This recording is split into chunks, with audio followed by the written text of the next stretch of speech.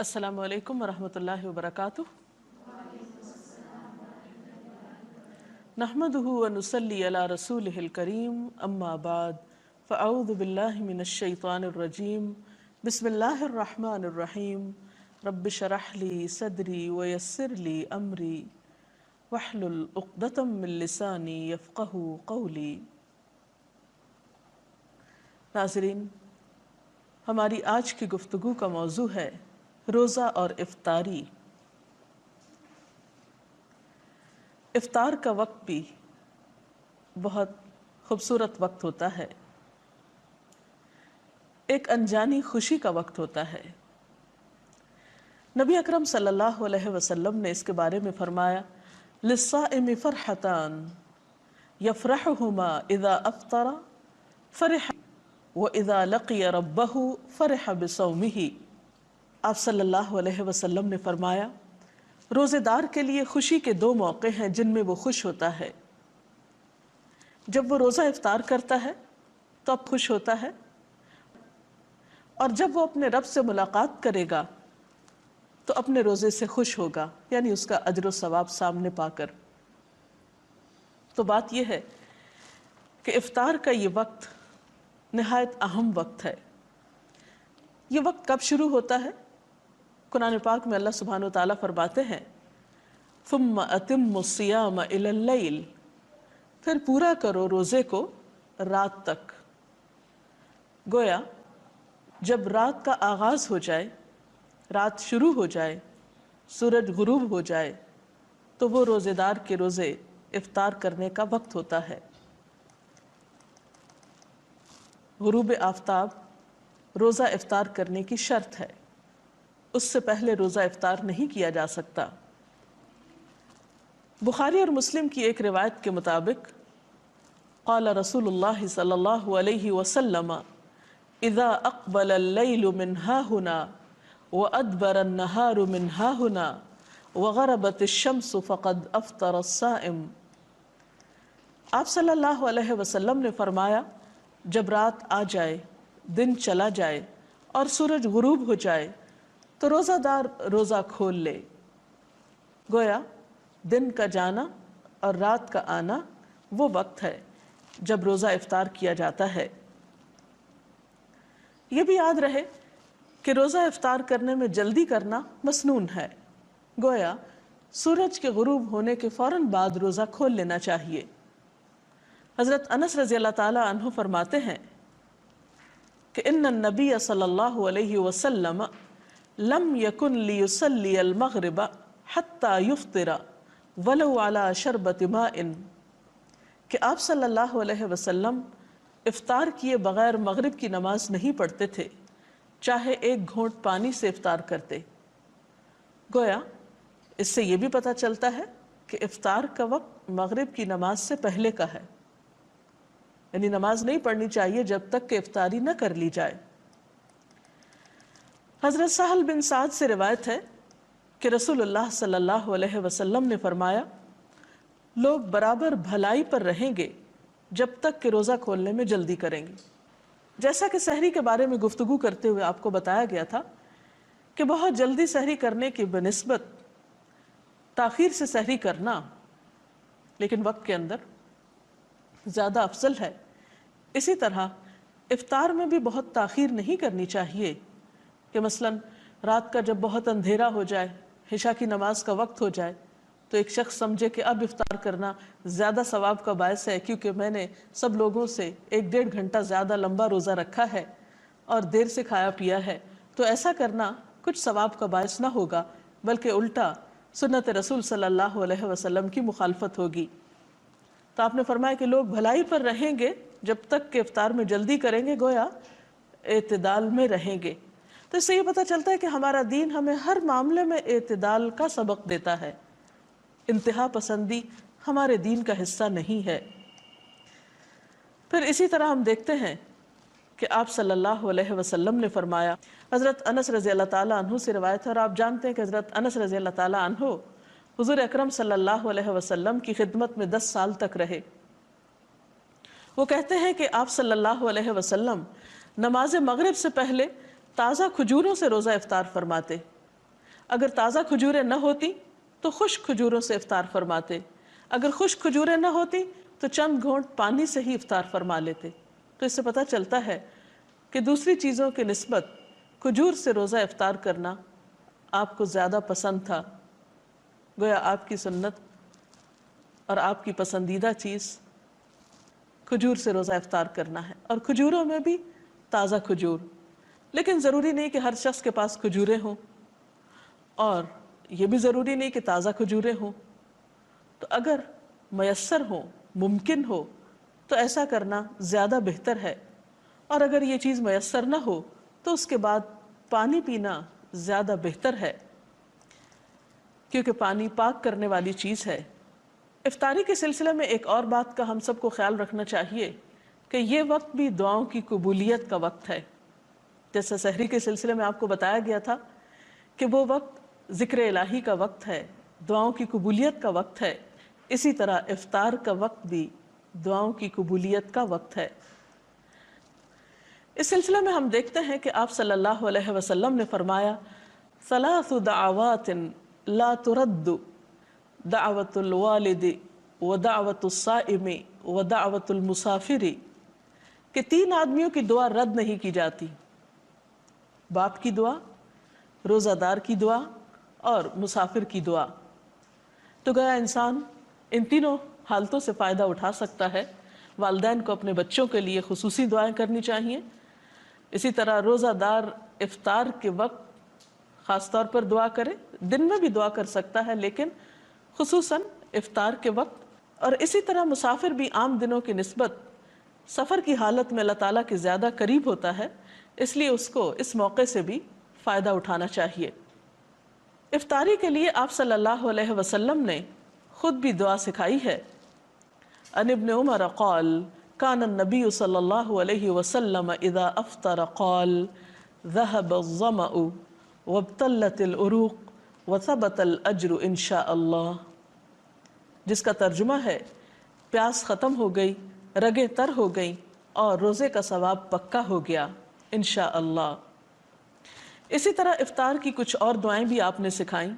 حضرت معاذ بن زہرہ سے روایت ہے کہ نبی صلی اللہ علیہ وسلم جب روزہ افطار کرتے تو فرماتے، اللہم لک صمت وعلی رزقک افطرت۔ اس کا ترجمہ ہے، اے اللہ تیرے ہی لیے میں نے روزہ رکھا اور تیرے ہی رزق پر میں نے افطار کیا۔ جیسا کہ آپ جانتے ہیں کہ افطار کرنا اور افطار میں جلدی کرنا بابرکت ہے، اسی طرح افطاری کے وقت بھی دوسروں کی غمگساری اور دوسروں کی دلجوئی اور دوسروں کے حقوق کا لحاظ رکھنا بہت ضروری ہے۔ اسی لیے ہم دیکھتے ہیں کہ نبی اکرم صلی اللہ علیہ وسلم نے دوسروں کا روزہ افطار کرنے کی بھی ترغیب دلائی ہے۔ حدیث میں آتا ہے کہ جس نے روزہ دار کو روزہ افطار کرایا اسے بھی اتنا ہی اجر ملے گا جتنا اجر روزہ دار کے لیے ہوگا، اور روزہ دار کے اجر سے کوئی چیز کم نہ کی جائے گی۔ تو اس سے پتہ چلتا ہے کہ اگر ایک انسان دوسروں کے روزے افطار کرانے کا اہتمام کرتا ہے تو وہ ایک بہت بڑے اجر کو سمیٹتا ہے۔ اور اس میں بھی پھر بات یہ ہے کہ کس چیز سے کسی کا روزہ افطار کرایا جائے۔ کیا اس کے لیے ضروری ہے کہ ایک بہت بڑی افطار پارٹی کا ہی اہتمام کیا جائے، یا ایک دیگ ہی پکائی جائے، یا کوئی خاص قسم کا اہتمام ہو؟ نہیں، یہ ثواب ہر وہ شخص پا سکتا ہے کہ جو لسی کا ایک گھونٹ یا ایک کھجور یا پانی کا ایک گھونٹ پلا کر ہی کسی کا روزہ افطار کراتا ہے، اس کو بھی یہ سارا اجر و ثواب حاصل ہوتا ہے۔ اب روزہ افطار کرنے والے کو ایک اور ادب اور اخلاق یہ سکھایا گیا۔ اب آپ دیکھیے کہ روزہ افطار کرانے والے نے تو یہ اجر پا لیا، لیکن جو شخص روزہ افطار کر رہا ہے اسے جواب میں کیا رویہ اختیار کرنا چاہیے، اسے بھی ایک ادب اور اخلاق سکھایا گیا کہ وہ افطار کرانے والے کے لیے دعا کرے، اور وہ دعا بھی آپ صلی اللہ علیہ وسلم نے خود سکھا دی۔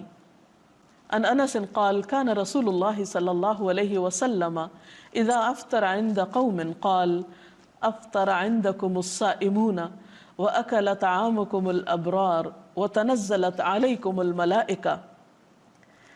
حضرت انس روایت کرتے ہیں کہ نبی صلی اللہ علیہ وسلم جب کسی کے ہاں روزہ افطار فرماتے تو ان کو یہ دعا دیا کرتے تھے: افطر عندکم الصائمون واکل طعامکم الابرار وتنزلت علیکم الملائکہ، جس کا ترجمہ ہے روزہ دار تمہارے ہاں روزہ افطار کرتے رہیں، نیک لوگ تمہارا کھانا کھاتے رہیں اور فرشتے تمہارے ہاں نازل ہوتے رہیں۔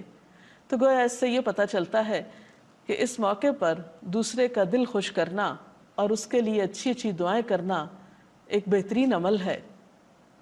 تو آج کی گفتگو کا خلاصہ یہ ہے کہ روزہ مکمل کر کے افطار کرنا چاہیے، افطار میں جلدی کرنی چاہیے، افطار کے لیے افضل چیز کھجور اور پانی ہے، افطاری کے وقت دعائیں کرنی چاہیے اور مسنون دعا یاد کر لینی چاہیے، اگر یاد نہ ہو تو لکھی ہوئی سامنے رکھ کر پڑھ لینی چاہیے۔ اسی طرح دوسروں کا روزہ افطار کرانے کا بھی اہتمام کرنا چاہیے، لیکن اس معاملے میں بھی اعتدال کی ضرورت ہے۔ ایسا نہ ہو کہ اس اہتمام میں پڑھ کر انسان اپنی مغرب کی نماز بھی کھو دے یا تراویح کے لیے ہمت ہار بیٹھے۔ ہمارا دین اعتدال کا دین ہے، اس میں ایک طرف اللہ کے حقوق ہیں اور دوسری طرف بندوں کے ہیں، اور دونوں ہی اپنی جگہ بہت اہم ہیں۔ اگر اس سلسلے میں آپ کا کوئی سوال ہو تو آپ کر سکتے ہیں۔ ابھی ہم نے آپ کی گفتگو میں سنا کہ افطاری کا وقت جو ہے وہ دعاؤں کی قبولیت کا ٹائم ہے، لیکن عام طور پہ ہمارے گھرانوں میں دیکھا گیا ہے کہ اس وقت افطاری کی تیاری میں زیادہ دھیان ہوتا ہے اور دعاؤں کی طرف جو ہے وہ دھیان کم ہوتا ہے، تو اس چیز کو کیسے امپروو کیا جا سکتا ہے؟ جی شکریہ۔ افطار کا وقت سحری کے وقت کی طرح ایک بہت بہترین وقت ہوتا ہے، دعاؤں کی قبولیت کا وقت ہوتا ہے، اور عام طور پر دیکھا گیا ہے کہ افطاری کی تیاری میں اتنا وقت لگ جاتا ہے کہ دعا کرنا بھی بھول جاتے ہیں، اور آخری وقت تک کچھ نہ کچھ پکایا جاتا رہتا ہے یا لگایا جاتا ہے، اور اسی میں سارا وقت گزر جاتا ہے۔ اس سلسلے میں بات یہ کہ ایک تو اوور ایٹنگ روزے کے سارے مقصد کو ختم کر دیتی ہے، پھر بعض اوقات طبیعت میں اتنی گرانی ہوتی ہے کہ اس کے بعد نماز جو ہے وہ ایک بہت بوجھل اور مشکل کام محسوس ہوتا ہے، پھر اسی طرح اسراف بھی ہوتا ہے۔ تو اس میں بھی اعتدال کی ضرورت ہے۔ انسان افطاری کی تیاری میں اگر جلدی کرے اور آخری وقت یعنی روزہ افطار کرنے سے پہلے کے کچھ لمحات جو ہیں وہ تمام کاموں کو چھوڑ کر خصوصی طور پر دعائیں کرنے میں گزارے تو یہ ایک بہت بہترین عمل ہوگا۔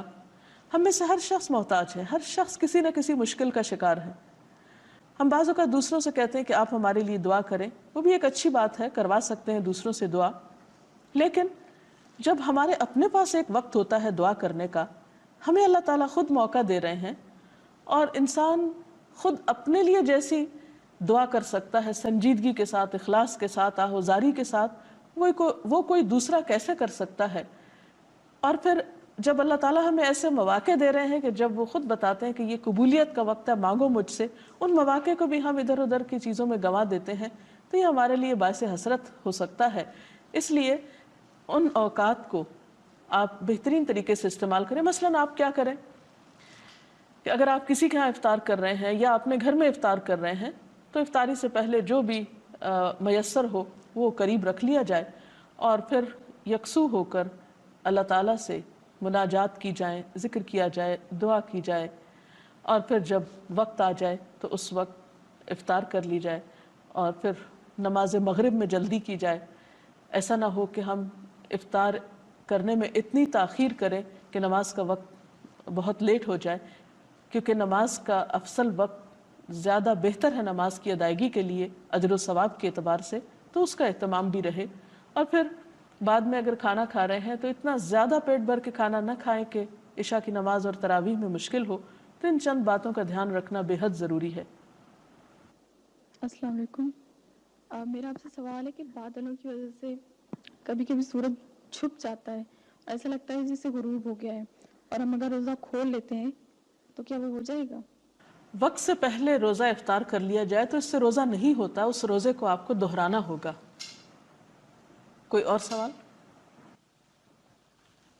افطار پارٹی کے متعلق قرآن کی روشنی میں کیا دلیل ہے؟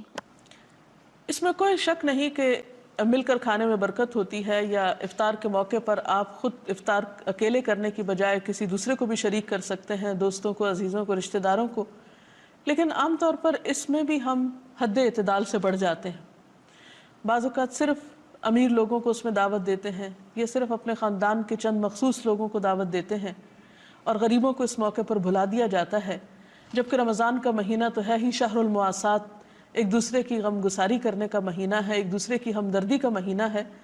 تو اس معاملے میں جہاں آپ اپنے رشتہ داروں کو یاد رکھیں، دوستوں کو یاد رکھیں، اپنے ساتھ کام کاج میں شریک لوگوں کو یاد رکھیں، یا کسی بھی طرح جاننے والوں کو، وہاں ان لوگوں کو بھی ضرور یاد رکھیں کہ جو نہ آپ کے رشتہ دار ہیں، نہ دوست ہیں، نہ تعلق دار ہیں، لیکن وہ آپ کی افطار کے کہیں زیادہ مستحق ہیں، اور ان کے دل سے نکلی ہوئی دعائیں آپ کے لیے کہیں زیادہ فائدہ مند ہو سکتی ہیں۔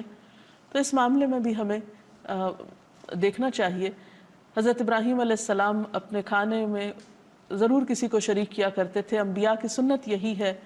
آپ صلی اللہ علیہ وسلم بھی اس معاملے میں دوسروں کا خیال رکھا کرتے تھے۔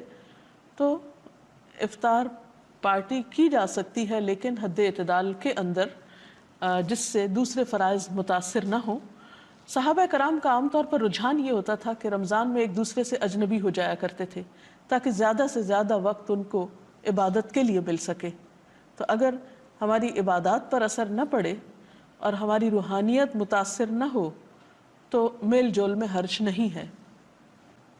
اس کے ساتھ ہی ہمارے آج کے پروگرام کا وقت ختم ہوا چاہتا ہے۔ کل تک کے لیے اجازت چاہتے ہیں۔ اللہ حافظ۔